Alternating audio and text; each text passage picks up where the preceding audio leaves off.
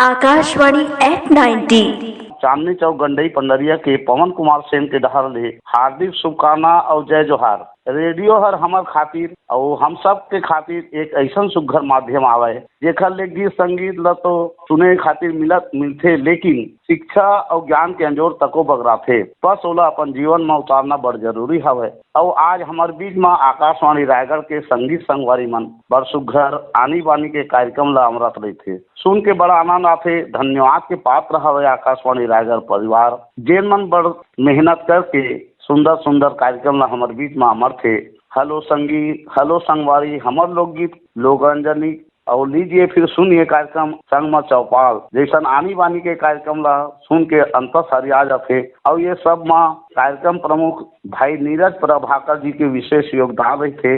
धन्यवाद देवथन आकाशवाणी रायगढ़ परिवार ला। एक समय में ऐसे रही भी के हिंदी छत्तीसगढ़ी भाषा लिखे बर बोले बर नहीं आवत रही, कभू कभू अटक तक जात रहे, मिस्टेक तक हो जात रही। लेकिन आज आकाशवाणी ले संगत करे ले सब जाने बर सुने बर मोला मिला थे और सीखे बर मिला थे। यही गौर बासन एक बार आकाशवाणी के 90 वर्ष के वार्षिक उत्सव के हार्दिक शुभकामना देवत हूँ। जय जोहार।